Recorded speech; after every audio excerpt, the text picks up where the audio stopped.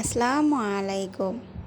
এই গরমে ঠান্ডা ঠান্ডা খাবার খেতে কার না ভালো লাগে, আর সেটা যদি হয় কাঁচা আমের টক মিষ্টি পুডিং, তাহলে তো কোনো কথাই নেই। এই পুডিংটা বানানোর জন্য প্রথমে আমি 2টা আম কেটে রেডি করে নিব। 2টা আমের জন্য আমি সাথে 1/2 লিটার দুধ নিব।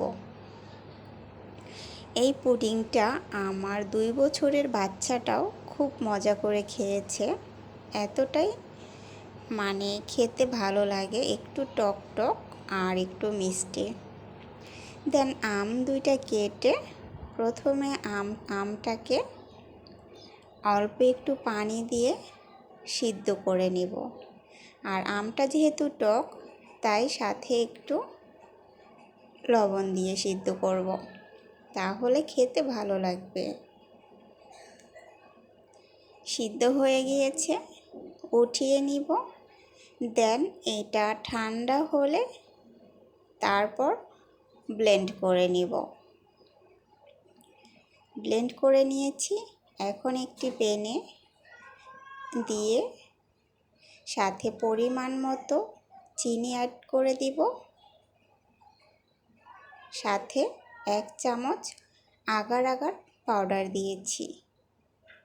খুব ভালো করে মিশিয়ে নিব।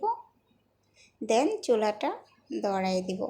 অবশ্যই ঠান্ডা থাকা অবস্থায় আগার আগার পাউডারটা দিতে হবে, না হলে দানা পাকিয়ে যাবে। কিছু সময় জাল করে নিয়েছি। যেই পাত্রে সেট করব সেই পাত্রে নিয়ে নিচ্ছি। একটু ভালো করে সেট করে নিলাম। 1 ঘন্টার মতো নর্মাল ফ্রিজে রেখে দিব। সেট হয়ে গিয়েছে। এখন এগুলোকে ছোট ছোট পিস করে কেটে নিচ্ছি।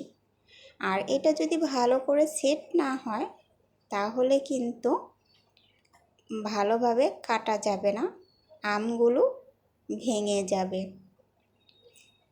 আমারগুলো কিন্তু অনেক সুন্দর জমাট বেঁধেছে। অবশ্যই অপেক্ষা করতে হবে ভালো করে জমাট বাঁধা পর্যন্ত। এখন দুধটা রেডি করে নিব। আমি এখানে 1/2 লিটার দুধ নিয়েছি, আর অ্যাড করে দিব পরিমাণ মতো চিনি। যেহেতু আমের মধ্যেও চিনি অ্যাড করা হয়েছে, তাই একটু চিনির পরিমাণটা কম দিয়েছি। 1 চামচ আগার আগার পাউডার দিয়েছি। আর দুধটা কিন্তু ঠান্ডা অবস্থায় আগার আগার পাউডারটা দিতে হবে। ভালো করে মিশিয়ে নিয়ে কিছু সময় জাল করে নিয়েছি। টুকরো করে রাখা আমের মধ্যে দুধটা গরম থাকা অবস্থায় দিয়ে দিচ্ছি। যেহেতু আগার আগার পাউডার দেওয়া হয়েছে, ঠান্ডা হয়ে গেলে দুধটা জমাট বেঁধে যাবে। যেই পাত্রে সেট করব সেই পাত্রে আমি রেডি করে রেখে দিলাম। 1 থেকে 1.5 ঘন্টার জন্য ফ্রিজে রেখে দিয়েছিলাম।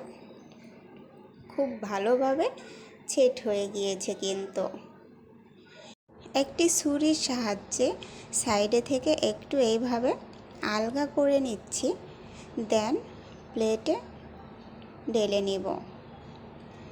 ব্যাস, রেডি হয়ে গেল পুডিং। ভালো লাগলে প্লিজ একটা লাইক দিয়ে সাথেই থাকবেন। আল্লাহ হাফেজ।